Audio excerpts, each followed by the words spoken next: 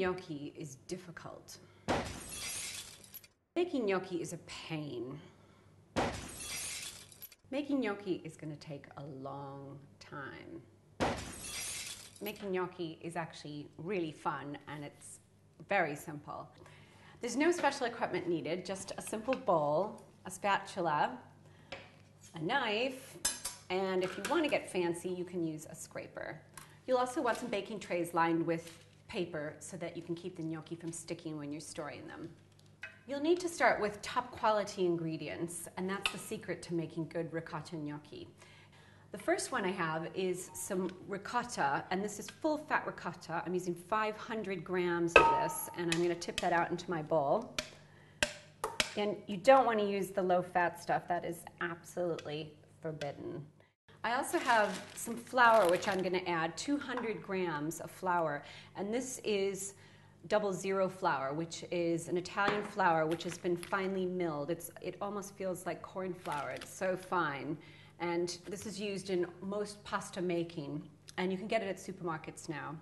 So I'm going to tip that in as well. These are free-range eggs, or I would suggest organic, something with a nice bright yellow yolk. And I've got 35 grams of finely grated Parmesan, and I'm just going to tip that in.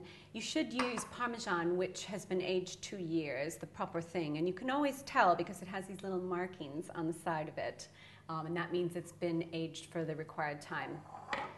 I'm also going to put in a pinch of sea salt and also some finely chopped garlic, just half a clove. And I'm also going to put in some lemon rind, and this is the secret for this gnocchi. It gives it a really lovely acidic taste. And I'm just going to grate in about a teaspoon of that. And then all you do is mix that together. Really simple. There's no ricing involved here. It's just purely mixing, rolling, and then chopping. And then what we're going to do is take some more of your flour, and we're going to sprinkle that onto your work surface. So give that a liberal sprinkling. And then you're going to take the dough out of the bowl and just plop that right onto your surface. You can see those yellow eggs in there. So lovely, and the lemon rind. And just sprinkle that whole thing with flour, and very gently you want to just roll that into the flour. So you make a nice light dough, and you want it so that it's dry enough to be able to handle with your hands, but you're not adding too much flour.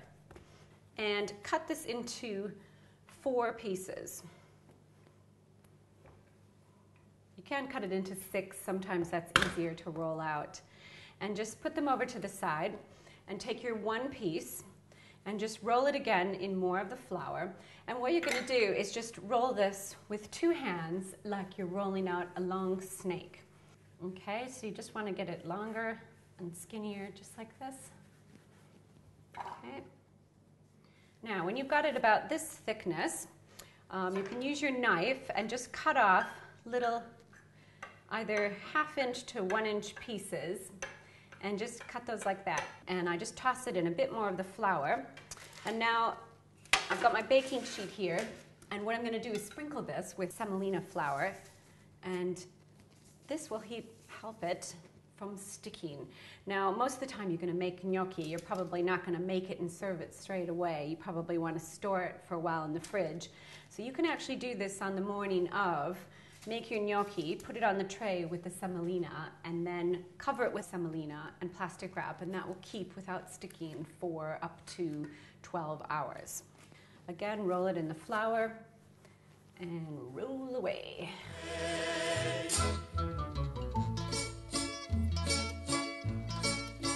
See how fast that is? So we're ready to cook our finished gnocchi, and you'll need a very large pot of boiling water. It's very important to have a lot of water for the pasta to swim in. You'll also need to add some sea salt to the water, and that just gives it a nice extra flavor.